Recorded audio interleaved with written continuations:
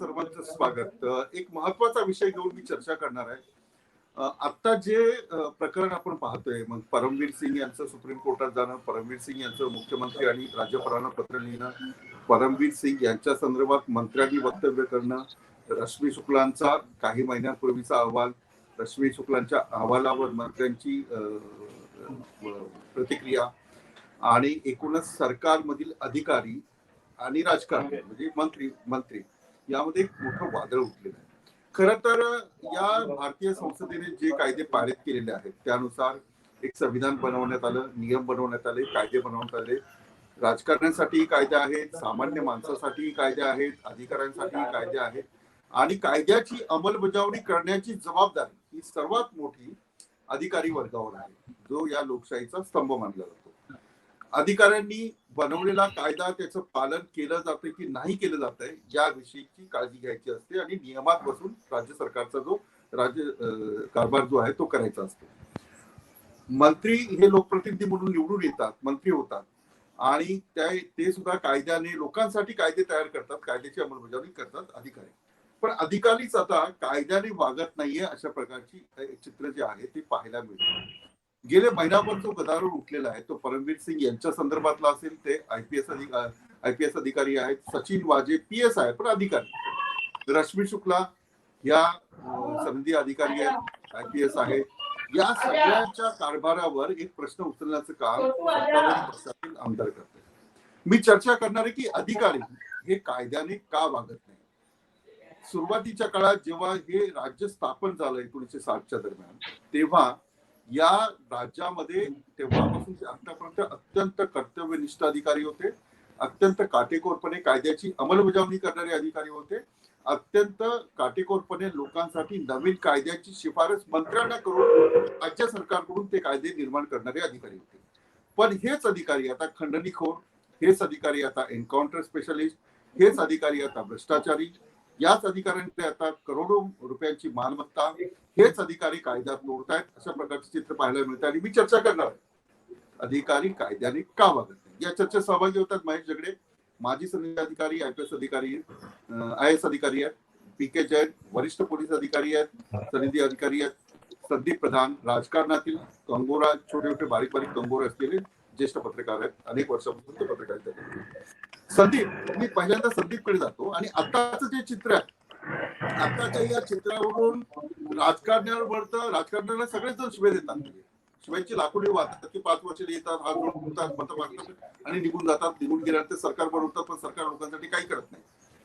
पण सगळ्यात मोठा दुवा जो आहे तो आहे सरकारमधले मंत्री कसेही वागू, ते कायद्याने वागावे आणि कायद्यानुसारच वागतील हे त्याची जबाबदारी अधिकाऱ्यांना होते. आता काय चित्र पाहायला मिळते, ही रश्मी शुक्लांची नाव आहेत, परमवीर सिंग आहेत, सचिन वाजे, आदर्श प्रकरणातील व्यास आहेत, असे जे अधिकारी आपण जेव्हा पाहतो तेव्हा काय चित्र पाहायला मिळतं. नाही, सध्याचं चित्र हे अत्यंत मन विषण्ण करणारं असं चित्र आहे आणि त्याचं सगळ्यात मोठं कारण असं आहे की जसं तू म्हणालास की प्रत्येकांच्या काही जबाबदाऱ्या निश्चित झालेल्या आहेत. म्हणजे जे लोकप्रतिनिधी आहेत त्यांनी कायदे केले पाहिजे आणि कायदे करताना चर्चा करून सर्व बाजूचा विचार करून कायदे केले पाहिजे. पण बरेच वेळा आपण असं बघतो की होणारे जे कायदे आहेत त्याच्यावरती चर्चा होण्यापेक्षा गोंधळामध्ये अनेक वेळा विधेयक मंजूर करून घेण्याची प्रथा गेल्या काही वर्षांमध्ये रूढ झालेली आहे. त्यामुळे कायद्याच्या बाबतीमध्ये जी चर्चा व्हायला हवी ती होत नाही. त्यामुळे लोकप्रतिनिधी त्यांची जी काही जबाबदारी आहे ती नीट पार पाडत नाही. अशा पद्धतीनं जे चर्चा न करता तकलादूक काही वेळेला कायदे तयार झालेले आहेत, तर आपण असं बघतो की ते कोर्टामध्ये मार खातात. काही वेळेला तर राजकारणातल्या लोकांकडून प्रशासकीय निर्णय घेण्यामध्ये जी दिरंगाई होते किंवा जे बोटचेप धोरण घेतलं जातं त्यामुळे न्यायालयांना अशा पद्धतीनं प्रशासकीय निर्णय घेण्याची संधी प्राप्त होते. आणि बरेच वेळा आपण असं बघतो की प्रशासकीय आदेश हे न्यायालयाकडून दिले जातात आणि मग प्रश्न जो आहे तो नोकरशहांचा. तर नोकरशहांचं काम हे कायद्याची अंमलबजावणी करणं, त्या घेतलेल्या निर्णयांची अंमलबजावणी करणं हे आहे. आणि त्यावेळेला आपल्याला असं दिसतं की ते सुद्धा आता गेल्या काही वर्षांमध्ये होताना दिसत नाही. आणि त्यामुळे मला असं वाटतं की एकूण जे चित्र आहे ते खरोखरच निराशाजनक आहे. जे काही घडलंय महाराष्ट्रामध्ये. मी तुला थांबवतो. रश्मी शुक्ला यांनी परवानगी न घेता फोन टॅपिंग केलं. खरं तर परवानगी घ्यायला पाहिजे. म्हणजे एखादा अधिकारी असेल, अधिकारी IAS जरी असेल, IPS जरी असेल, तर तो बांधील असतो सरकारमधील मंत्र्यांना, त्या विभागाच्या आणि मग शेवटी मुख्यमंत्र्यांना. रश्मी शुक्लांनी परवानगी घेतली नाही. सचिन वाझे काय करतायत याचं भान जे आहे ते आयुक्त आणि इतरांना नाही, कारण ते हत्याही झालेली आहे. हे का होतंय? म्हणजे असं अशी एवढी ताकद का येते या लोकांना? एवढी यांचं मॉरल का वाटतं एवढं की एवढे सगळं कायद्याने न वागता काही प्रकरण अधिकारी करतात? नाही, मला त्याचं कारण एक असं वाटतंय की महाविकास आघाडी आहे, 3 पक्षाचं सरकार आहे. 3 पक्षांमधल्या वेगवेगळ्या पक्षांचं एकूण जे म्हणजे काय धोरण म्हणू किंवा एकूण त्यांचा जो तोंडवळा आहे, तर तो सुद्धा फार वेगळ्या पद्धतीचा आहे. आणि या अशा जेव्हा गोंधळाची परिस्थिती सरकारमध्ये असते, तेव्हा त्याचा गैरफायदा घेण्याची संधीही मला असं वाटतं अनेक वेळा नोकरशहांना सुद्धा लाभते. आणि त्याच्यातूनही घडलंय. पण आयुक्तांना वाझे काय करतात हे माहीत नाही नव्हतं. या तुझ्या तर्कावरती मात्र माझा विश्वास नाही. निश्चितच त्यांना या संदर्भामध्ये काही ना काहीतरी माहिती असणार. आणि त्यामुळेच मला असं वाटतं की जेव्हा आपल्यावरती आता हे सगळं शेकेल असं जेव्हा त्यांना वाटलं आणि जेव्हा मंत्र्यांनी एका जाहीर मुलाखतीमध्ये असं स्पष्टपणे हे केलं की त्यांचा दोष असल्यामुळेच आम्ही त्यांच्यावर कारवाई केली, तेव्हा त्यांनी आरोप केलेले आहेत. प्रश्न जो आहे तो आता शुक्ला यांच्याबद्दल तू जे बोलला असते, तर मला असं वाटतं की आपण बघितलंय गेल्या 5-6 वर्षामध्ये समाजाच्या वेगवेगळ्या अंगातल्या लोकांमध्ये एक भावना आहे की काही एका विचारधारेच्या बाजूनं एका नेतृत्वाच्या बाजूनं उभे आहेत, तर काही लोक हे त्या नेतृत्वाच्या विरोधात उभे आहेत. आता हे जसं सर्वसामान्यांच्या बाबतीत घडतंय, तसं मला असं वाटतं की नोकरशाही सुद्धा त्याच्यातून सुटलेली नाही. आणि नोकरशाही सुद्धा मला असं वाटतं काही प्रकार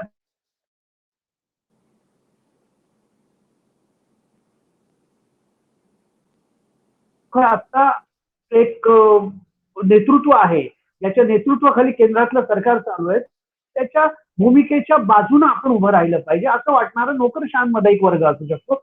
एक वर्ग कदाचित असा असू शकतो की आपल्याला हे मान्य नाही जे काही चालू आहे ते देशामध्ये, असंही असू शकतो. त्यामुळे जी डिव्हिजन आपण समाजामध्ये बघतोय गेल्या 6 वर्षामध्ये, जी लोक एकदम पूर्णपणे हिरिरीने आपलं मत मांडतात या सगळ्या बाबतीमध्ये, तर त्याचाच परिणाम मला असं वाटतं थोडा नोकरशहांच्याही मानसिकतेवर झालेला आहे. आणि रश्मी शुक्ला यांनी त्याच मानसिकतेतून मला असं वाटतं या सरकारमधली जी काही लूपहोल्स आहेत त्याचा गैरफायदा घेऊन टॅपिंग केलेला आहे. आणि त्यांनी ज्या पद्धतीने आता आलं की आमदारांना सुद्धा सांगणं की त्यांनी की तुम्ही या पक्षाच्या बाजूने जा, तर हे सुद्धा मला असं वाटतं ते त्याच विचारधारेच्या प्रभावातून घडलेलं आहे असं मला वाटतं.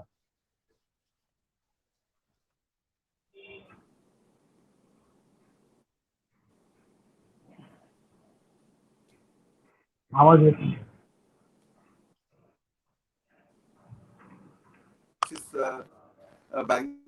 ऍक्सिस बँकेच्या संदर्भात पीके जैनाचं घेतला पाहिजे नंतर तुमच्याकडे तो काल पोलीस दलाचा प्रश्न आहे. पीके जैन साहेब, रश्मी शुक्ला यांनी परवानगी घेतली नाही घेतली अजून माहिती.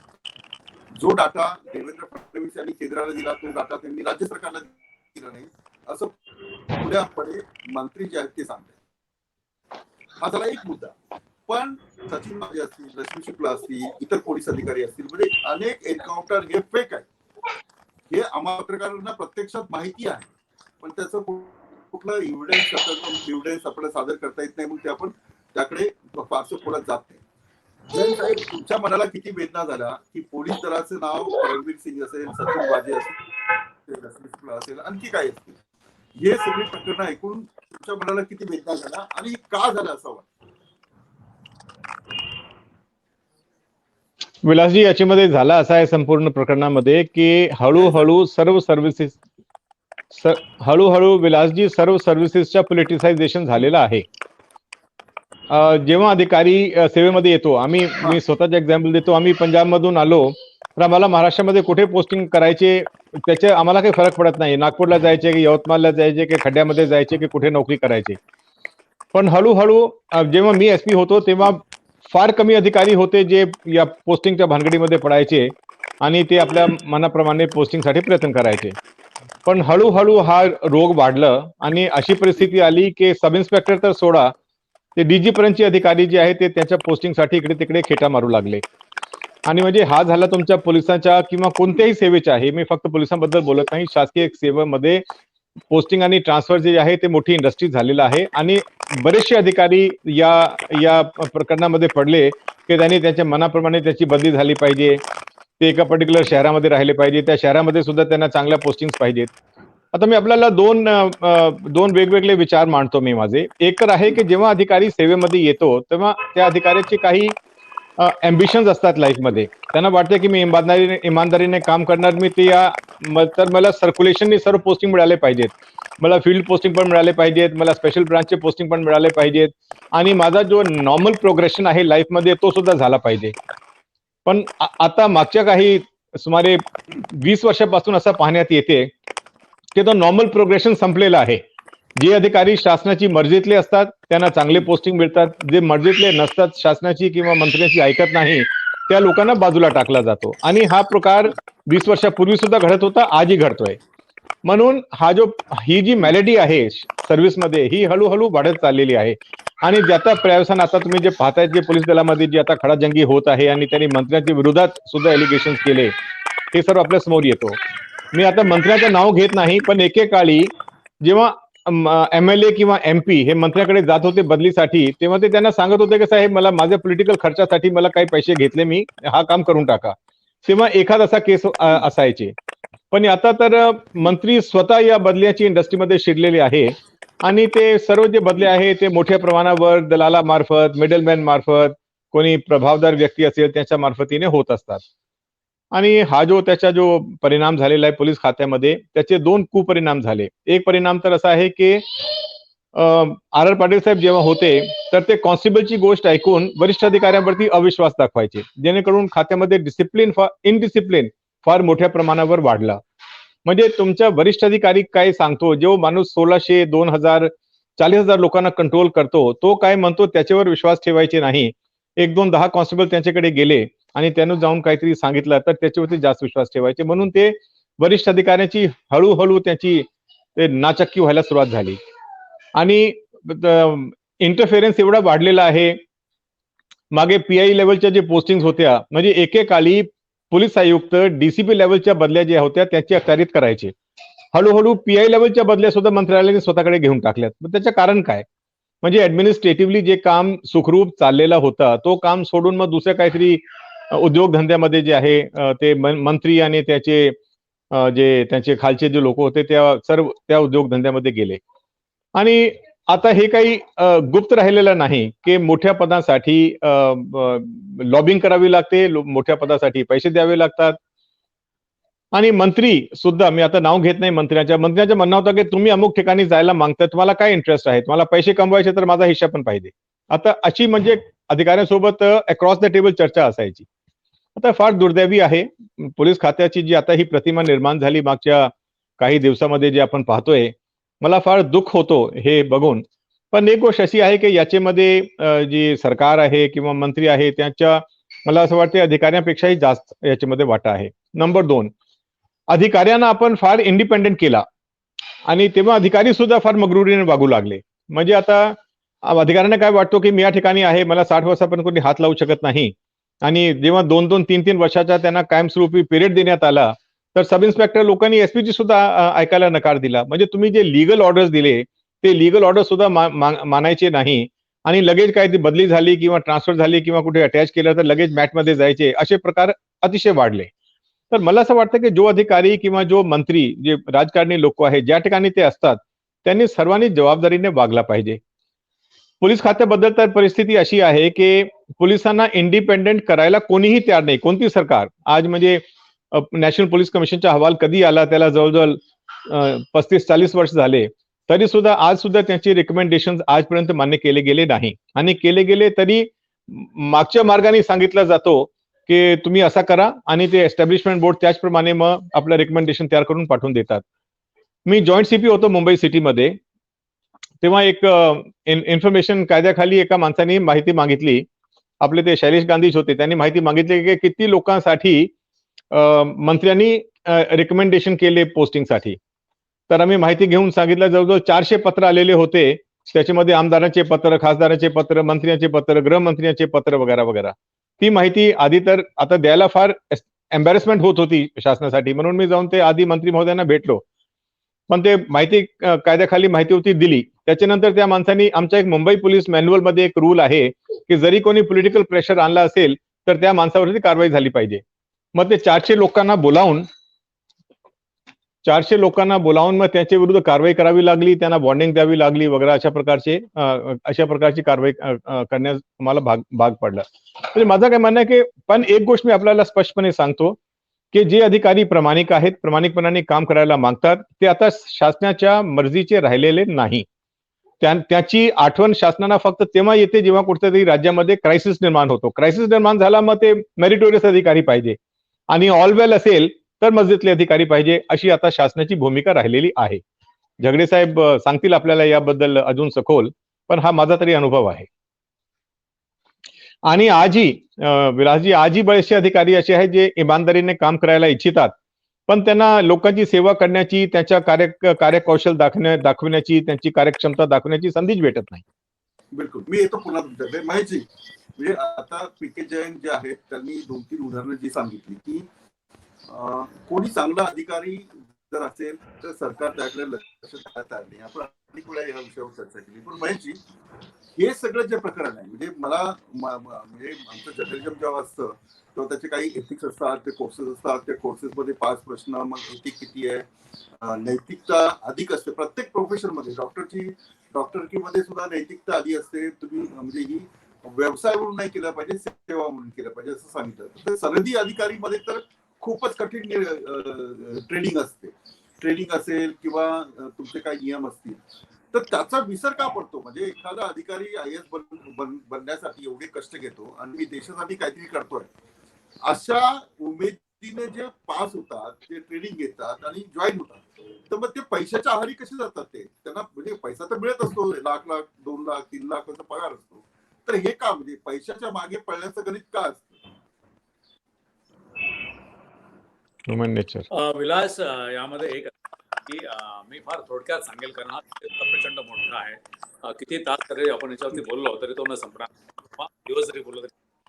पण एक लक्षात घेतलं पाहिजे की ही महाराष्ट्र राज्याची जी प्रशासनिक व्यवस्था आहे ती देशातील सगळ्यात चांगल्या प्रशासनिक व्यवस्थेपेक्षा चांगली आहे, सगळ्यात चांगली आहे अशा राज्यापैकी आहे असं समजलं जातं. आणि त्या राज्याच्या परिस्थिती असेल तर म्हणजे त्या राज्यात काय हा एक महत्वाचा प्रश्न आहे आणि या देशामध्ये तशी वस्तुस्थिती आहे. खरं म्हणजे की आपण फार एक छोटा विषय करून त्याच्याकडे बघतो. महत्वाचा विषय की जगाचं जे वारं चाललं आहे ते भांडवलशाहीचं आहे. म्हणजे पैसा हेच महत्व हे गेल्या 30-40 वर्षांमध्ये प्रामुख्याने त्याच्यामध्ये आता एक जगभर ते वारं फिरतंय. विशेषतः 1971 नंतर हे वारं म्हणजे कॅपिटलिझमने, भांडवलशाहीने ज्यावेळेस लोकशाहीवरती आक्रमण करायचा प्रयत्न केला तेव्हापासून हे मला वाटतं की ही सगळी व्यवस्था आहे ती पैशाच्या भोवती फिरत राहिलेली आहे. आता प्रश्न असा आहे की जर पैसा हाच जर फोकस असेल तर मग त्याला सगळे बळी पडतात, कारण शेवटी स्वार्थ आहे. पॉलिटिशियनचा स्वार्थ आहे आणि अधिकाऱ्यांचा स्वार्थ आहे आणि यंत्रणेचा स्वार्थ आहे. मग हा स्वार्थ असू नये यासाठी काही व्यवस्था आहे? व्यवस्था आहे त्याच्यामध्ये की त्याच्यामध्ये काही आपला भारत देश काही असं काही तकलादू राष्ट्र नाहीये किंवा तकलादू राज्यघटना नाहीये किंवा तकलादू कायदे नाहीये किंवा बनाना रिपब्लिक नाहीये. या देशाने अतिशय चांगली व्यवस्था गेल्या 70-72 वर्षामध्ये दिलेली आहे. तर त्याचा अंमलबजावणी होते की नाही हा प्रश्न आहे. आता जे आपण गेले 8-10 दिवस जे बघतो आहे एकदम अतिशय नैराश्य आणणारं असं उदाहरण आहे. पण याचा अर्थ असा नाही की सगळीच व्यवस्था तशी झालेली आहे. अजूनही चांगले अधिकारी आहेत, अजूनही चांगली व्यवस्था आहे. पण अशा घटनांच्यामुळे असं वाटायला लागतं की लोकांचाही मग त्याच्यामध्ये आत्मविश्वास कमी होतो व्यवस्थेमधला आणि आत्मविश्वास कमी होण्यासारखी परिस्थिती आता वाढत चाललेली आहे. ही पण वस्तुस्थिती आहे. मी आपल्याला एक सांगेन की मी राजकारणापेक्षा याच्यामध्ये जे प्रशासकीय नेतृत्व आहे त्याला जास्त दोष देईल. खरं म्हणजे की ज्यावेळेस लोकशाहीची सुरुवात झाली 2,500 वर्षापूर्वी त्यावेळेस ग्रीक देशामध्ये झाली त्यावेळेस तिथे सांगण्यात आलं होतं की राजकारणी लोक ही व्यवस्था चालू शकणार नाहीत कारण त्याच्यामध्ये निष्णात नाही आहेत. विशेषतः अरिस्टॉटल, प्लॅटो किंवा सॉक्रेटिस यांनी ते सांगितलं होतं. मग त्याला कुठेतरी एक तोडगा म्हणून ब्युरोक्रेसी निर्माण करण्यात आली, नोकरशाही निर्माण करण्यात आली. नोकरशाहीचे 3 महत्त्वाची कामं असे आहेत, की पहिलं काम असं आहे, की त्यांनी जे त्यांचे हे आहेत त्यांचे तांत्रिक ज्ञान आहे प्रशासन चालवण्यासाठी त्यांनी द्यावं राजकारण्यांना. दुसरं म्हणजे असं आहे, की त्याच्यामध्ये त्याची कंटिन्युटी ठेवावी ज्या प्रशासनाची आहे, कारण राजकारणी दर 5 वर्षांनी बदलू शकतात. आणि तिसरं आणि सगळ्यात महत्त्वाचं आहे, ज्याची आपली चर्चा चालू आहे आणि ते म्हणजे, की ज्याच्यावरती राजकीय व्यवस्थेवरती अंकुश ठेवण्याचं काम केलं पाहिजे. आता झालं काय याच्यामध्ये, की ह्या सगळ्या प्रकरणामध्ये जे प्रशासकीय अधिकारी आहेत, त्यांची ग्रीड, त्यांची त्यांची पैशाची भूक इतकी वाढलेली आहे, की मग जसं की जैन साहेबांनी सांगितलं, की मग पोस्टिंग मिळवणं, हे करणं, ते करणं, हे सगळं त्याच्यामध्ये आलेले आहेत आणि त्याच्यामुळे मग हे राजकारण्यापेक्षाही जास्त राजकारणी किंवा राजकारण्यापेक्षाही जास्त भूक असलेले इंडिव्हिज्युअल्स याच्यामध्ये कुठून ना कुठून तरी ते आलेले आहेत आणि त्यामुळे ही व्यवस्था ही पूर्णपणे खिळखिळी झालेली आहे. हे नुसतंच आपण व्यवस्था खिळखिळी झाली असं याच्याकडे बघणं फार कोतेपणाचं होईल. हे म्हणजे की लोकशाहीच्या ढासळणारा हा बुरुज आहे आणि शेवटी ही लोकशाहीला फार मोठी धोक्याची घंटा खरं म्हणजे याच्याकडे या दृष्टीने असं बघितलं पाहिजे. मग याच्यावरती उपाय काही आहे का? तर मी खरं म्हणजे की ह्या घटनेपेक्षा ते उपायाकडे समाजानं बघितलं पाहिजे, की हे असंच चालणार आहे का मग? की यांचं सरकार आलं, त्यांचं सरकार आलं, अधिकारी तेच आहेत, मग काही दिवसांनी वाजे असतील, काही दिवसांनी अमुक असेल, तमुक असेल, हे असं चालेल. पण याच्यामध्ये कुठे आहे का? त्याच्यामध्ये आहे. ज्यावेळेस राज्यघटना तयार करण्यात आली होती त्यावेळेस अनुच्छेद 311 करण्यात आला होता, की कुठल्याही अधिकाऱ्याला किंवा कर्मचाऱ्याला चौकशीवर काढता येणार नाही. हे इतकं मोठं कवचकुंडल खरं म्हणजे राज्यघटनेने दिलेलं आहे. त्यामुळे कुठल्याही राजकारण्याने काही चुकीचं काम जर सांगितलं आणि ते नाही केलं, तर त्याला काही त्रास होण्याचं कारण नाही. कारण चौकशीमध्ये ते समजलेच की राजकारण्यांनी चुकीचं काम सांगितलं होतं. त्यामुळे की खूप मोठं चिलखत, खूप मोठं कवचकुंडल नोकरशाहीला हे घटनेने दिलेलं आहे. ते का पाळत नाहीयेत? मग शेवटी तिथे परत ग्रीड येते, तिथे स्वतःची हाव येते, स्वतःची पैशाची भूक त्याच्यामध्ये येते. दुसरी महत्त्वाची गोष्ट अशी आहे, की याच्यामध्ये आपण आता एक प्रश्न निर्माण केला, की चांगलं ट्रेनिंग दिलं जातं आणि मग लोकांनी चांगलं सद्सद्विवेक वापरले, त्याच्यासाठी नियम पण केलेले आहे. आता आपण ज्या IPS आणि IASच्या बद्दल बोलतो, तिथे 1968 चे कंडक्ट रूल म्हणतात, की जे आपण वर्तणूक नियम आहे. त्या वर्तणूक नियमामध्ये आणि जे आपण आता सध्या ज्या घटनेची चर्चा करतो आहोत, की किती कोटी मागितली आणि काय केलं आणि ते केलं. त्याच्यामध्ये असं स्पष्ट म्हटलेलं आहे नियम 3 मध्ये, की एखाद्या वरिष्ठांनी म्हणजे ते राजकारणी असतील किंवा दुसरे असतील, जर तुम्हाला काही तोंडी आदेश दिले आणि ते जर चुकीचे असतील आणि बरोबर जरी असले तरी तुम्ही ते लिखित स्वरूपात त्या वरिष्ठांना लिहून दिलं पाहिजे. हे नियम आहे, की मला तुम्ही असे तोंडी आदेश दिलेले आहेत, ते नियमामध्ये बसतात की नाही, जे पैसे कमावणं हे नियमात बसतं की नाही बेकायदेशीररित्या आणि मग ते जे करणं बरोबर नाहीये आणि हे तुम्ही असं म्हटलेलं आहे आणि याच्यावरती आदेश पुन्हा हवे. हे असं नियमात आहे. असं होतं का? होत नाही. आणि त्याच्यामुळे मग काय होतं, की हे मिलीभगत हा शब्द खरं म्हणजे इतका चपकल बसतो, की जोपर्यंत दोघं एकत्र असतात, तोपर्यंत ते व्यवस्थित चालतं आणि ज्यावेळेस मग कुठेतरी तिथे डिस्कनेक्ट तयार झालं त्यावेळेस होतं. त्यामुळे हा वर्तणूक नियम जो आहे तो अतिशय महत्त्वाचा आहे. कुणीही चुकीचे आदेश देऊ शकत नाही, कारण नियम आहे तसा. आणि तुम्ही जे पाळले नाही, तर तुम्हाला मग शेवटी 311 अनुच्छेदाखाली घटनेचं तिथे त्याच्यामध्ये कवचकुंडल आहेच आहे. त्यामुळे लोकांना हे खरं भूलथापा करणार आहे, की अरे, अधिकारी फारच प्रेशरखाली काम करतात. कसले प्रेशरखाली काम करतायत? त्यांना जर कवचकुंडलं दिली असतील आणि तुम्हाला स्वतःचीच कवचकुंडल तुम्हाला वापरता येत नसतील, तुम्ही जनतेचं काय करणार आहात मग? त्यामुळे मला वाटतं, की हे केवळ जनतेला भूलथापा करण्यासाठी आहे, स्वतःची सावधी मिळवण्यासाठी, की आम्ही प्रेशरखाली असू. अजिबात नाही. जर सगळ्या ब्युरोक्रेसीने जर ठरवलं, ब्युरोक्रेसीच्या नेतृत्वाने जर ठरवलं, तर मला वाटतं एक संध जर राहिले, तर हे कुठले असं प्रेशर येणार नाही. आणि तिसरी महत्त्वाची गोष्ट मी सांगतो शेवटी जाता की सुप्रीम कोर्टाने 2013 मध्ये एक निर्णय दिलेला आहे. TVS सुब्रमण्यम आणि 83 इतर अधिकारी होते त्याच्यामध्ये, CIDचे रिटायर्ड चीफ वगैरे खूप अधिकारी होते. त्यांनी सुप्रीम कोर्टाकडून एक वाजवून जजमेंट घेतलेलं आहे. त्याला लँडमार्क जजमेंट म्हटलं जातं आणि त्याच्यामध्ये असं आहे, की एखादी पोस्टिंग किंवा ट्रान्सफर जर करायची असेल, तर संपूर्ण देशामध्ये सिव्हिल सर्व्हिसेस बोर्ड असावे. आणि हे कशासाठी आणलं होतं, की राजकारण्यांनी विनाकारण प्रेशर करून कोणाची बदली करू नये किंवा प्रेशर करून कोणी पैसे दिले म्हणून त्याच्या तिथे पोस्टिंग करू नये. ही सगळी जबाबदारी ही ब्युरोक्रेसीवरती टाकलेली आहे, की ब्युरोक्रेसीचंच सिव्हिल सर्व्हिसेस बोर्ड असेल, म्हणजे मुख्य सचिव असतील किंवा इतर असतील, त्यांनी ठरवायचे की त्या पोस्टवरती कोण लायक आहे ते. आणि ते पॅनल मग त्यांनी राजकारण्याकडे द्यायचं आणि मग राजकारण्याने त्याच्यापैकी निवडायचं. होतं काय, की हे जे सो कॉल्ड नेतृत्व आहे, प्रशासकीय नेतृत्व आहे, ते कुठेतरी खुळं बनलेलं आहे. ते हा सिव्हिल सर्व्हिसेस बोर्डचा वापर करत नाही. जर सिव्हिल सर्व्हिसेसचा बोर्डचा वापर केला, कुठल्याही राजकारणी धजावणार नाही, की अशा पद्धतीने करायला, कारण ते सगळं रेकॉर्डवर देणार आहे, की अमुकच व्यक्ती या पोस्टसाठी लायक नाहीये.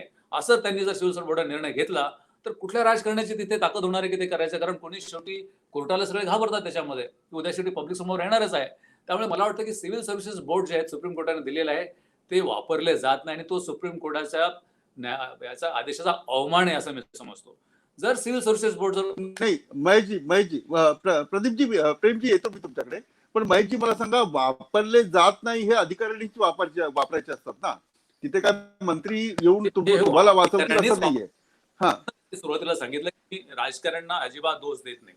राजकारण्यांना दोष देणं, काय दोष त्यांना खरं म्हणजे की शेवटी एक लक्षात घेतलं पाहिजे की लोकशाही चालवायची आहे ती राजकारण्यांनीच चालवायची आहे. त्यामुळे त्याच्यामध्ये हे दुमतच नाही. जोपर्यंत आपण लोकशाही म्हणतो ते चालेल, पण त्यांनी निर्बंधपणे चालू नये, तर चुकीची चालू नये, म्हणून हे प्रशासकीय व्यवस्थेने त्याच्यावरती अंकुश ठेवणं गरजेचं आहे.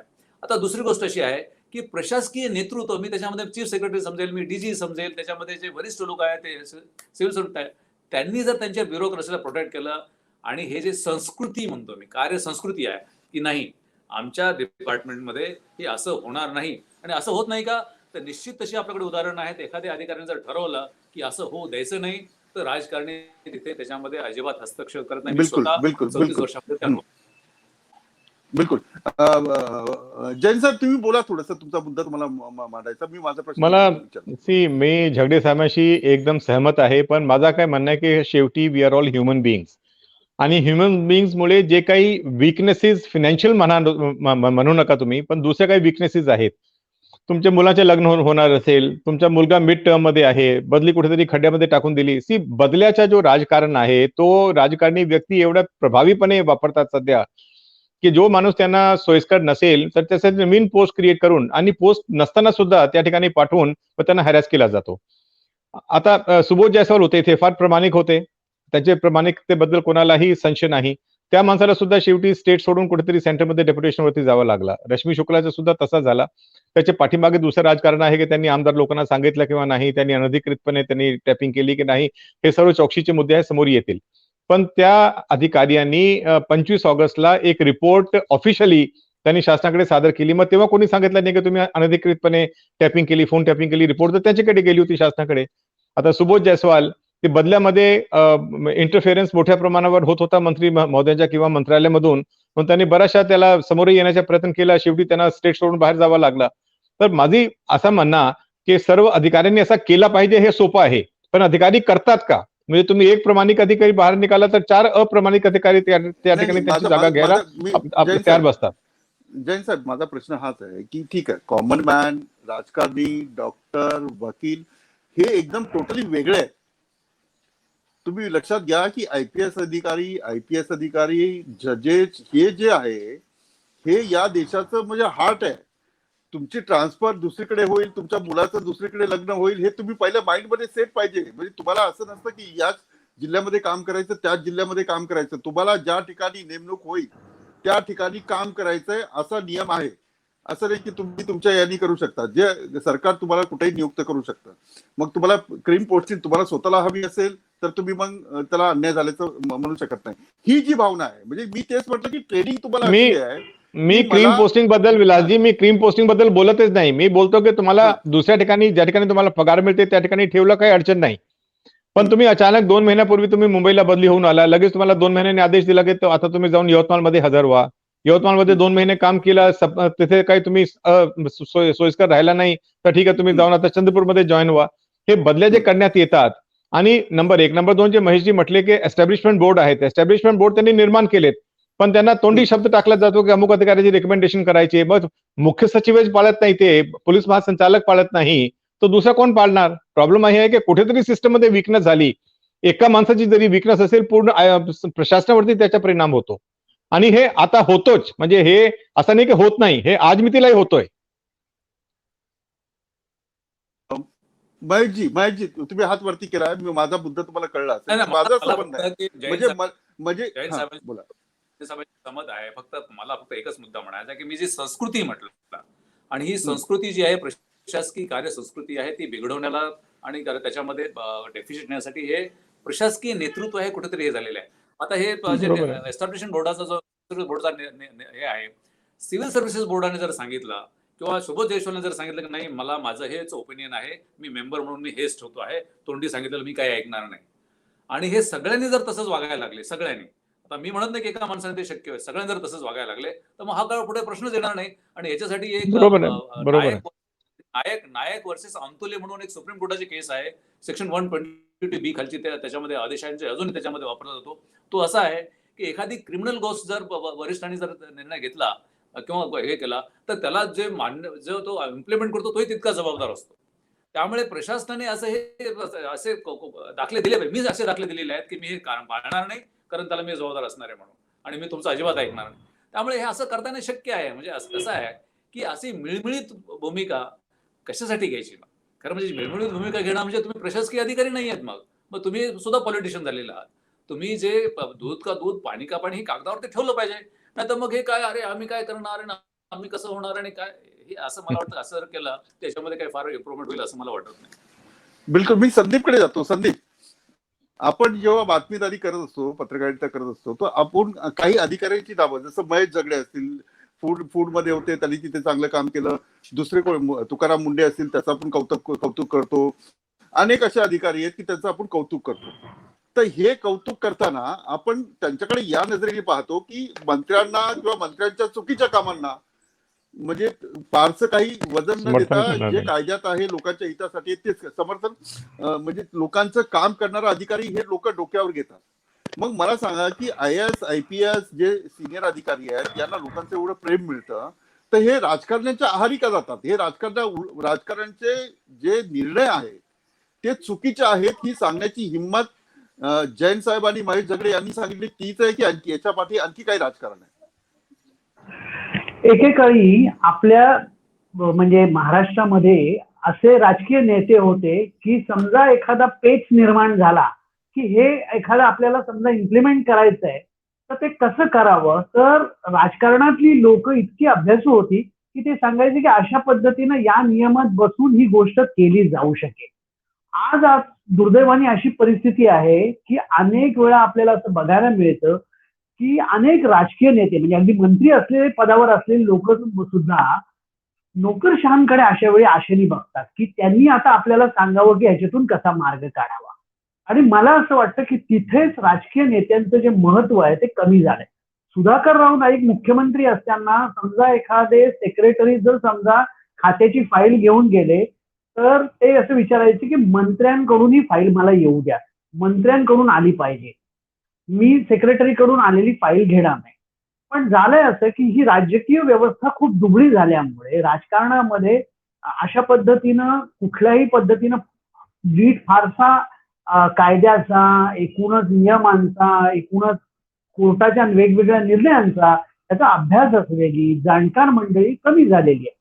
आता निवडणुका जिंकण्याचं सुद्धा एक वेगळं तंत्र बरं का विलास निर्माण झालेला आहे.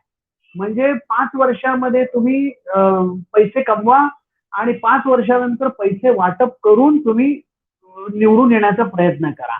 या पद्धतीचं तंत्र निर्माण झाल्यामुळे अनेक वेळा आपण असं दिसतं की लोकप्रतिनिधी हे त्यांच्या मतदारसंघामध्ये किती काम करतात, किती प्रामाणिकपणे तिथं लोकांचे प्रश्न सोडवण्यासाठी प्रयत्न करतात, तर एक वेगळं चित्र आपल्याला मला असं वाटतं दिसतं. आणि दुसरं मला एक महत्वाचा मुद्दा असं वाटतो की गेल्या 6 वर्षात म्हणजे 2014 नंतर जर देशातली जर पद्धती बघितली कामकाजाची, तर अगदी नरेंद्र मोदी यांचा सुद्धा जास्तीत जास्त विश्वास हा नोकरशहांवर असल्याचं आपल्याला दिसतं. म्हणजे अनेक खात्यांचे मंत्री कोण आहेत, ते काय आहेत, ते काय करतात हे आपल्याला माहीत सुद्धा नाही केंद्रातले. पण नरेंद्र मोदी हे थेट त्या खात्यामधल्या सचिवांशी बोलून त्यांना हवे त्या पद्धतीनं इम्प्लिमेंट करतात. मी जर चुकीचा नसेल तर मला असं वाटतं महाराष्ट्रातले चीफ सेक्रेटरी आणि नोकरशहा यांच्याबरोबर थेट व्हिडिओ कॉन्फरन्सिंगद्वारे पंतप्रधानांनी संवाद साधलेला आहे. म्हणजे मला असं वाटतं की राज्याचा जो मुख्यमंत्री आहे त्याच्या माध्यमातून पंतप्रधानांचा संपर्क हा त्या तिथल्या नोकरशाहीशी असला पाहिजे. आणि याच्यातून सुद्धा मला असं वाटतं की खूप मोठ्या प्रमाणावरती लोकप्रतिनिधींचं महत्व कमी होऊन नोकरशहांचं महत्व वाढलेलं आहे. म्हणजे एक तर म्हणजे लोकप्रतिनिधींचा त्यांच्यावरचा डिपेंडन्सही वाढलेला आहे आणि दुसरं म्हणजे या इथल्या व्यवस्थेमध्ये आज देशामधली जी व्यवस्था तयार झालेली आहे त्याच्यामध्ये नोकरशाहीचं महत्व खूप मोठ्या प्रमाणावर वाढलेलं आहे आणि त्याचे सुद्धा काही दुष्परिणाम मला असं वाटतं की आपल्याला पाहायला मिळतात, असं माझं ठाम मत आहे. अनेक वेळा माझ्या नजरेस असे मुद्दे आले की आधी राजकारणी हे हुशार होते आणि ते वर्षानुवर्ष चांगलं काम करायचे. प्रामाणिक आमदार जो असेल त्याला मंत्रिपद मिळायचं, जो सिनियर आमदार आहे त्याला मंत्रिपद मिळायचं. पण अलीकडच्या काळामध्ये जो फायनान्शियल स्ट्रॉंग आहे त्याला विधान परिषदेचं सदस्यत्व, त्याला आमदारकीची तिकीट असं असं दिलं जातं. आणि त्याच्यातून एक ट्रेंड निर्माण झाला आहे जो मला असं वाटतो की अनेक वर्षापासून मी पाहतोय की अधिकारीच आता म्हणजे जे मंत्री आहेत, राजकारणी आहेत, यांच्याशी बिझनेस पार्टनरशिप करतात. हे कितपत सत्य आहे संदीप? आता मी म्हटलं तसं की जर समजा एखादी फाईल समोर आल्यानंतर त्याच्यामध्ये काय निर्णय घेतला तर मंत्र्याला राजकीय लाभ होणार आहे याचं जर मार्गदर्शनच जर समजा अधिकाऱ्यांकडूनच त्याला होणार असेल तर स्वाभाविकपणे ते जे जसं मगाशी मला वाटतं हे महेश सरांनीच हे केलं, त्याचा उल्लेख केला की मिलीभगत हा शब्द वापरला.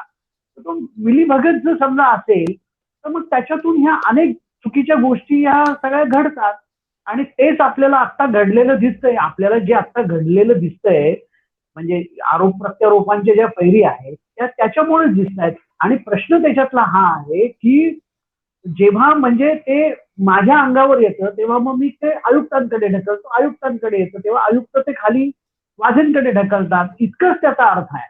पण इन्व्हॉल्वमेंट आहे की नाही तर निश्चितच इन्व्हॉल्वमेंट या सगळ्या प्रकरणामध्ये सुद्धा या सर्व संबंधितांची आहे.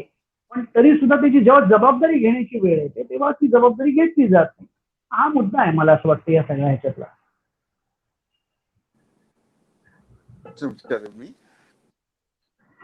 मी शुक्ला यांचा अहवाल, जयस्वाल, म्हणजे आवाज येतो माझा? हा, माझे 2-3 प्रश्न, साधे प्रश्न जे लोकांना पडलेले आहेत. परमवीर सिंग यांचं पत्र असेल, परमवीर सिंग सुप्रीम कोर्टात गेले, नंतर रश्मी शुक्लांचा अहवाल असेल, मंत्री महोदय म्हणतात की त्यांनी काही कळवलं नाही CS ला आणि कळवलं असेल तर तोंडी कळवलं, नंतर त्या रडून त्यांनी माफी मागितली.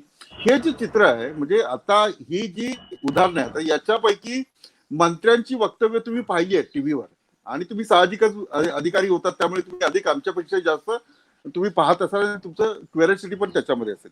माझा प्रश्न असा आहे की मंत्री जो खुलासा करतायत आणि अधिकारी जो खुलासा करतायत त्यामध्ये या घडीला तुम्हाला काय वाटतंय, म्हणजे काय नेमकं काय चाललंय असं वाटतं? कोण खरं आहे, कोण खोटं आहे? मला विचारताय? हो म्हणजे नाही, मला खरं म्हणजे की विलास याच्यामध्ये काही काय झालं आहे की परिस्थिती अशी आहे की हे प्रशासन किंवा हे वातावरण जे आहे, इकोसिस्टम जे आहे, ती या इकोसिस्टम मध्ये माझं प्रशासन झालेलं नाही आहे. खरं म्हणजे जे काही बोलायचं असतं ते खरं म्हणजे एकमेकांनी किंवा मुख्यमंत्र्यांनी त्यांच्या राजकीय नेतृत्वाला बोलावून किंवा मुख्य सचिवांनी यंत्रणा बोलावून हे सगळं पब्लिक डोमेन मध्ये चाललेलं आहे. तुम्हाला मीडियाला वाटतं की हे चांगलं बरं आहे आणि मीडियाच्या दृष्टीने ते चांगलं आहे, पण मला वाटतं की राज्याच्या दृष्टीने, व्यवस्थेच्या दृष्टीने ते चांगलं नाही आहे. आणि त्यामुळे असं परसेप्शन बनवणं की बाहेरच्या ह्याच्यावरून परसेप्शन बनवणं मी त्याच्या बाजूने नाहीये. जे ऍक्च्युअल आहे ते ताऊन सुलावून तपासावं आणि मग ते जनतेपुढे आणावं अशा मी या मताचा आहे. त्यामुळे मला याच्यावरती काय आहे हे खरं म्हणजे याच्यावरती मी मुद्दामून भाष्य करणार नाही. प्रायमाफेसी काय वाटतं? म्हणजे आता आम्हाला प्रश्न पडलाय की मंत्री महोदय म्हणतात की रश्मी शुक्ला चुकल्या, रश्मी शुक्लांचे लोक देवेंद्र फडणवीस म्हणतात की नाही, रश्मी शुक्लांनी जे केलं ते देशाच्या हितासाठी केलं, महाराष्ट्राच्या हितासाठी केलं. हे काय म्हणजे नेमकं याच्यामध्ये आणखी दडपण आहे? याच्यामध्ये आणखी काही आहे? रेकॉर्ड खरं म्हणजे बोलतो. आता त्याच्यामध्ये सगळे कायदे आहेत की हे सगळं कायद्याने कुठलीच प्रशासनामध्ये कुठलीच गोष्ट विदाऊट कायदा होत नाही. हे सगळं ते कायद्याने चाललेलं असतं, नियमाने चाललेलं असतं, त्यामध्ये सर्क्युलर्स असतात.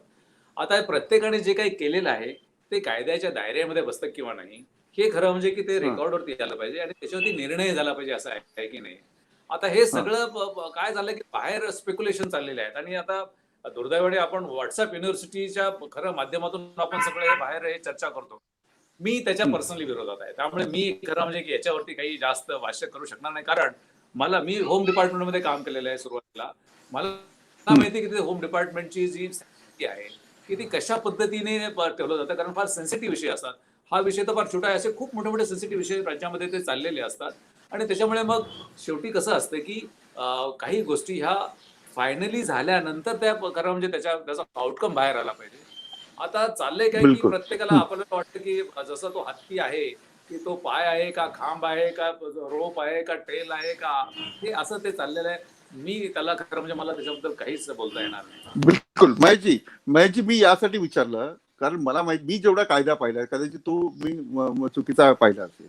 मंत्री पदाची शपथ घेतल्यानंतर किंवा IAS ऑफिसर नियुक्ती झाल्यानंतर त्याच्या तोंडातून निघालेले शब्द, त्यांनी लिहिलेला शब्द हा अंतिम असतो, हा निर्णय असतो असं मला माहिती. त्यामुळे मंत्री महोदय जरी आरोप करत असले तरी त्यांना हे कळत नाहीये की नेमकं ते जे बोलतात तोच कायदा असतो. यासाठी मी तुम्हाला तुमचं प्राथमिक मत विचारलं. मी जैन यांच्याकडे जातो. जैन साहेब, आता रश्मी शुक्ला यांचा जो अहवाल आहे, यांचा रिपोर्ट तो सगळीकडे आलेला आहे आणि आज देवेंद्र फडणवीस यांनी म्हटलं की तो नवाब मलिक यांनी फोडलेला आहे. आता तो फोडलाय म्हणून त्यांच्यावर काही वेगळी कारवाई होईल. पण रश्मी शुक्ला यांच्या अहवालावर सीताराम कुंटे यांचं जे म्हणणं आहे, देवेंद्र फडणवीस यांचं म्हणणं आहे की सीताराम कुंटे अत्यंत सज्जन माणूस आहे, त्यांनी हा अहवाल जो आहे त्यांनी स्वतः बनवला नसेल, त्यांच्यावर दबाव असेल. हे कितपत म्हणजे CS लेवलचा माणूस दबावाला बळी पडू शकतो का? दबावाला कोण बळी पडतो हे तर फार मोठा प्रश्न आहे.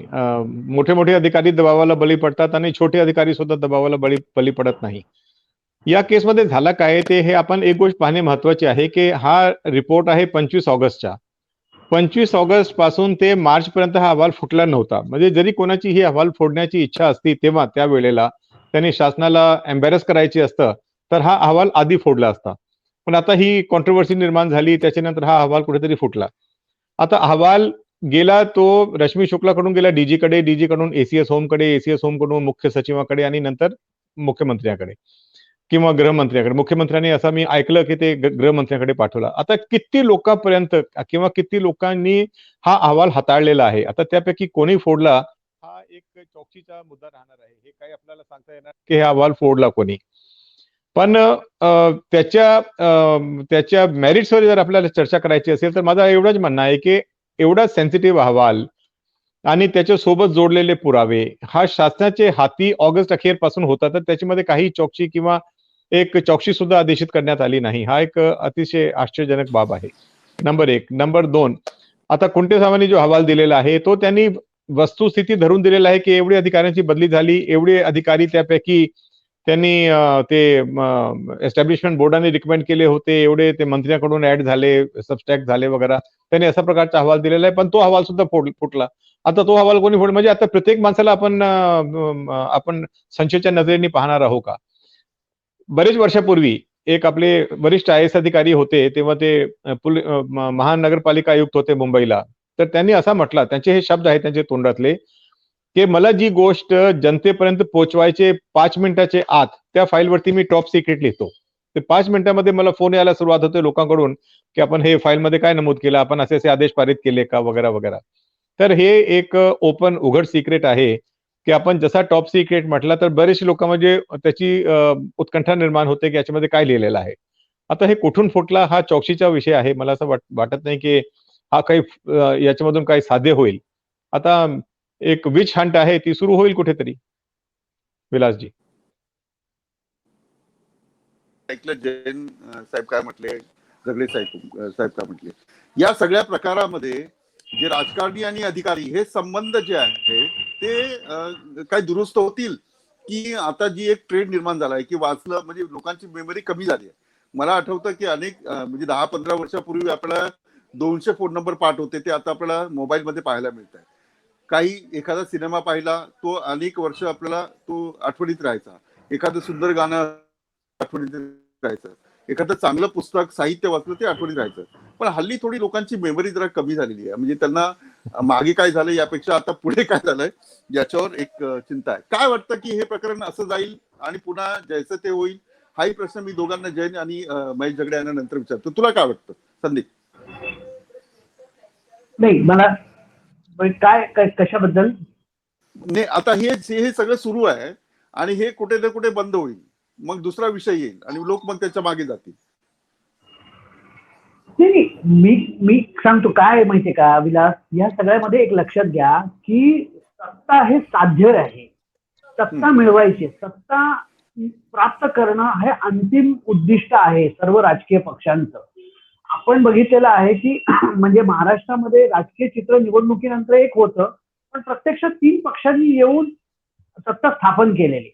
आता ज्या पक्षाकडे 105 आमदार असूनही त्यांना सत्ता मिळालेली नाही, त्यांचा प्रयत्न चालू आहे की सत्ता मिळवायची.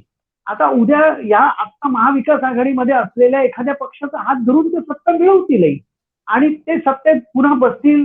काल आपण एकमेकांबद्दल काय बोललो होतो, आपण एकमेकाला कशा शिव्या दिल्या होत्या, काय बोललो होतं, त्याचं त्यांना काही सोयसूतक असणार नाही. ते त्याचं काहीतरी थातूरमातूर उत्तर देऊन पुन्हा एकत्र येतील आणि लोकहितासाठी आम्ही एकत्र आलेलो आहोत हे पुन्हा डंके के चोट पे से सांगायला अजिबात ते घाबरणार नाही, ते सांगतील. प्रश्न असा आहे की याच्यामध्ये जसं आता बघाशी महेश सर म्हणाले, जैन साहेब म्हणाले, तसं नुकसान होणार आहे ते नोकरशहांचं होणार आहे, नोकरशाहीचं होणार आहे. कारण त्यांच्यावर आता कुठेतरी शिक्के बसणार आहेत, त्यांच्यावर बसलेले आहेत, त्यांच्या चौकशा होणार, त्यांच्या मागे चौकशीचं शुक्लकाश लागेल. आणि प्रश्न असा आहे की राजकारणातली लोक पटकन एकत्र येऊ शकतात, त्यांना काही कुठलीही अडचण नाही, पण नोकरशहांची मोठी पंचायत होणार आहे. त्यांना याची अनेक वर्ष उत्तरं द्यावी लागणार. याचे परिणाम काही नोकरशहांच्या बाबतीत असेही होतील की त्यांना पुढच्या अनेक काळासाठी सक्षम असून सुद्धा प्रमोशन मिळणार नाही, असं सुद्धा होऊ शकेल. त्यामुळे ह्या सगळ्यामध्ये भरडली जाणार आहे ती, म्हणजे एक तर जनता तर भरडली जातेच आहे वेगवेगळ्या कारणासाठी, पण जनतेचंही नुकसान होणार आणि नोकरशहांचं सुद्धा या सगळ्या याच्यामध्ये वादामध्ये मोठं नुकसान होणार आहे असं मला वाटतं. जैन साहेबांकडे जातो. जैन साहेब, 2 मुद्दे आहेत की आता जे सुरू आहे त्याची चौकशी होईल, कोण दोषी आहे कोण नाही आहे हे ठरेल, पण याचा परिणाम जो आहे तो चांगला नाहीये. म्हणजे नोकरशाह चांगलेच वागले पाहिजे, ते करप्टेड नाही असले पाहिजे, त्यांनी मंत्र्यांचं चुकीचं नाही ऐकलं पाहिजे, असं एक साधारण आपण चर्चा करतो. आपला डिस्कशनचा मुद्दा तोच आहे की चांगलं झालं पाहिजे. ठीक आहे, म्हणजे आता चूक झाली तर चूक झाली, पण नंतर मात्र चांगलं होईल असं वाटतं तुम्हाला? इथून पुढे चांगलं होईल, या सगळ्या प्रकरणाचा कुणीतरी धडा घेतील, 100 कोटीची खंडणी, त्याच्यामध्ये आयुक्त आहेत की नाही आहेत, सचिन वाजे हत्या करतो, रश्मी शुक्लांचा अहवाल फुटतो, ते कुठल्या पक्षासाठी काम करतात, हे जे वाईट पण आहे याचा धडा घेऊन काही अधिकारी सुधारतील की हे काही काळानंतर विसरून जातील लोक? नाही, याचे marginal- परिणाम अच्छा, ओके, आपण बोला आपण बोला. नाही काही नाही, याचा परिणाम कदाचित असा होऊ शकेल की पुढच्या वेळेला 101 पासून सुरुवात होऊ शकेल मागणीची आणि कदाचित आयुक्तांनी मंत्र्यांवरती आरोप करायचेच आणि पत्र लिहायचं असं एक प्रेसिडेंट सुद्धा होऊ शकतो. म्हणजे असा सुद्धा होऊ शकतो. तू फारच मला असं वाटतं भाबड्या आशावादामध्ये आहेत की याच्यातून काहीतरी चांगलंच होईल. कदाचित हा प्रेसिडेंट सुद्धा होऊ शकतो की ह्यापुढे अनेक नोकरशहा सुद्धा पत्र लिहितील मंत्र्यांच्या विरोधात, असं सुद्धा होऊ शकतं. म्हणजे हा सुद्धा एक परिणाम असू शकतो. मला असं वाटतं याच्यातून थोडं काम करू नये, पण जैन साहेब बोला. ठीक आहे, मला असं वाटतं की याच्यामध्ये थोडाफार चांगला होईल आणि थोडा वाईट पण असू शकतो. एकतर जे काही अधिकारी अडचणीमध्ये येतील, काही बरेचसे अधिकारी बॉर्डर लाईन केसेस असतात, ते इकडे जावाचे की तिकडे जावं, त्यांच्या मनामध्ये दुविधा असते, तर अशा लोकांची दुविधा संपते की मला आता चांगलेच काम करायचे, या भानगडीमध्ये पडायचे नाही. आणि दुसरा काय की थोडे सिस्टम एस्टॅब्लिश होऊन जातात यापुढे. म्हणजे जे अधिकारी जसं मी सांगितलं बॉर्डर लाईन वरती असतात, तर ते म्हणतात की आम्ही कायद्याप्रमाणेच काम करणार, थोडा त्रास झाला तरी आम्ही सहन करणार. यापूर्वी ते दुसऱ्या मार्गाने लागण्याच्या तयारीत होते. तर थोडा मला असं वाटतं की थोडा चांगला परिणाम याचा होईलच. आणि वाईट परिणाम असा होतो की विश्वास जो आहे ते राजकारण्यामध्ये आणि नोकरशहामध्ये, तो हा विश्वास कमी होतो. मग यापुढे जे आहे ते राजकारणी व्यक्ती विश्वास ठेवत नाही नोकरशाहीवरती, आणि नोकरशहांना सुद्धा वाटते की कुठेतरी असं झाला तर आम्हाला हे टांगून बाजूला होऊन जातात. सर्व लोक आमच्या जे काही खराब होते आमच्याच होते. म्हणजे ते आता स्टडीचा मुद्दा राहील की यापुढे सिस्टम मध्ये काय बदल येणार आहे, चांगले किंवा वाईट. विलासजी. बिलकुल. महेशजी, तुम्हाला काय वाटतं की काही याच्या पुढे चांगलं होईल? एवढं सगळं आपल्या समोर आलेलं आहे आणि काहीतरी म्हणजे पाचचं ठीक आहे, चुकीचं झालं असेल तर त्याला विसरून एक चांगला अधिकारी आपण घडूया, चांगलं कॉर्डिनेशन घडूया, असं काही अधिकाऱ्यांमध्ये येईल? नाही, मला माझी अशी भाबडी आशा आहे की याच्यापासून चांगलं व्हावं, की काहीतरी म्हणजे राजकारण्याने आणि नोकरशाहीने चांगला धडा घेऊन याच्यामधून काहीतरी चांगलं करावं, असं माझी भाबडी आशा आहे. पण मी तुम्हाला एक सांगतो की अनुभव म्हणून सांगतो की हे काही दिवसांनी फार तर फार 15 दिवस 20 दिवस असं काहीतरी चालेल आणि हे सगळे समाज पण विसरून जाईल. आणि त्यामुळे मग काहीतरी नवीन विषय येईल. कारण अलीकडे 21व्या शतकामध्ये आणि विशेषतः ही चौथी औद्योगिक क्रांती सुरू झाल्यानंतर प्रत्येक मिनिटाला काही ना काहीतरी नवीन समाज माध्यमातून येतं आणि मग तो समाज प्रवाह वेगळीकडे चालला जातो. त्यामुळे फार काही याच्यामधून होईल असं मला तशी म्हणजे माझी मला काही खात्री वाटत नाही. पण एक गोष्ट आहे की समाजाने प्रत्येक वेळेस काही झालं की राजकारण्यांना ठोकणे, दोष देणं, हे करणं, यापेक्षा कधीतरी हे नोकरशाहीला सुद्धा तुमची सुद्धा जबाबदारी आहे असा फोकस कधीतरी घेतला पाहिजे की तुम्ही काय करता आहात म्हणून. आणि मी नेहमी सांगतो की ज्या नोकरशाहीवरती आपण 58% त्यांच्या पगारावरती खर्च करतो, तिथे त्यांचं दायित्व आहे. त्यांना कधीतरी मीडियाने आणि समाजाने अकाउंटेबल धरायचे किंवा नाही, किंवा केवळ फक्त राजकारण्याच अकाउंटेबल धरायचा.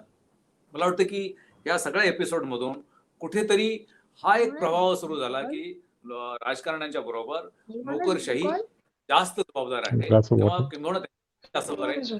असं कुठेतरी एक नवीन जर काही वारं सुरू झालं तर मला वाटतं काहीतरी चांगले परिणाम याच्यामधून निश्चितपणे निघू शकतील. बिलकुल. आणि त्यासाठी आपण सर्वांनी प्रयत्नशील राहिले पाहिजे. 2% चांगला समाज आहे, बाकी वाईट आहे, पण 2% चांगल्या समाजावर, चांगल्या लोकांवर हा देश चालतो, हे जग चालतं. असं मी कुठेतरी पुस्तकात वाचलं होतं. वाईटपणा जोपर्यंत आपण खोडून काढत नाही, वाईटपणाला वाईट आहात म्हणून जोपर्यंत सांगत नाही, तोपर्यंत वाईटपणा आपलं काम करत असतो. आणि कायदा त्यासाठीच आहे, चुकीची कामं न होण्यासाठी, आणि कायद्याची अंमलबजावणी होते की नाही होते हे पाहणं माध्यमांचंही काम आहे. माध्यमांनीही त्याच्यामध्ये चुकीचं राहिलं नाही पाहिजे. चांगला समाज, चांगले अधिकारी, चांगले मंत्री आणि चांगल्या लोकांचं राहणीमान, यासाठी आपला हा प्रयत्न आहे. मी इथेच थांबतो. आपल्या सगळ्यांचे मार्गदर्शन मला लाभलं, महाराष्ट्रात ते ऐकलं आणि जास्तीत जास्त लोकांपर्यंत हे पोहोचवण्याचा प्रयत्न करून. संदीपजी आपले खूप आभार, महेशजी आपले खूप आभार, जैन साहेब आपले खूप आभार. मी इथेच थांबतो. आपण पाहत राहा मॅक्स.